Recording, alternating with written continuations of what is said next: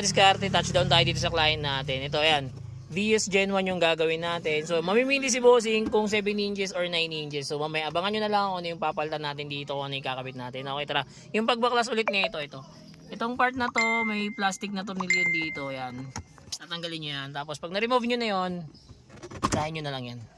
Yan. Ganyan lang siya kadaling tanggalin. Tapos, tanggalin nyo na lang yung mga harness na to. Tapos, after nun, ayan, may screw apat yan kabilaan. Okay?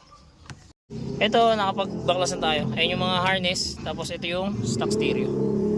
So, wiringan na natin to. 2,000 years later. So, ayan. Tapos na tayo mag-install yan. 9 inches Android kasama sa pinaltan natin. Ayan. Yung Android dead unit natin, ginabitan natin yan. Siyempre, kasama pa rin sa package. At pa-reverse nga po. Ayan, yung reverse camera natin. Ayan. Tapos, ito yung mga apps. Ayan. Pwede ka na mag-Waze, Netflix, YouTube, Google Maps. Sa mga gusto po mag-avail, drop message lang. Don't forget to like and follow.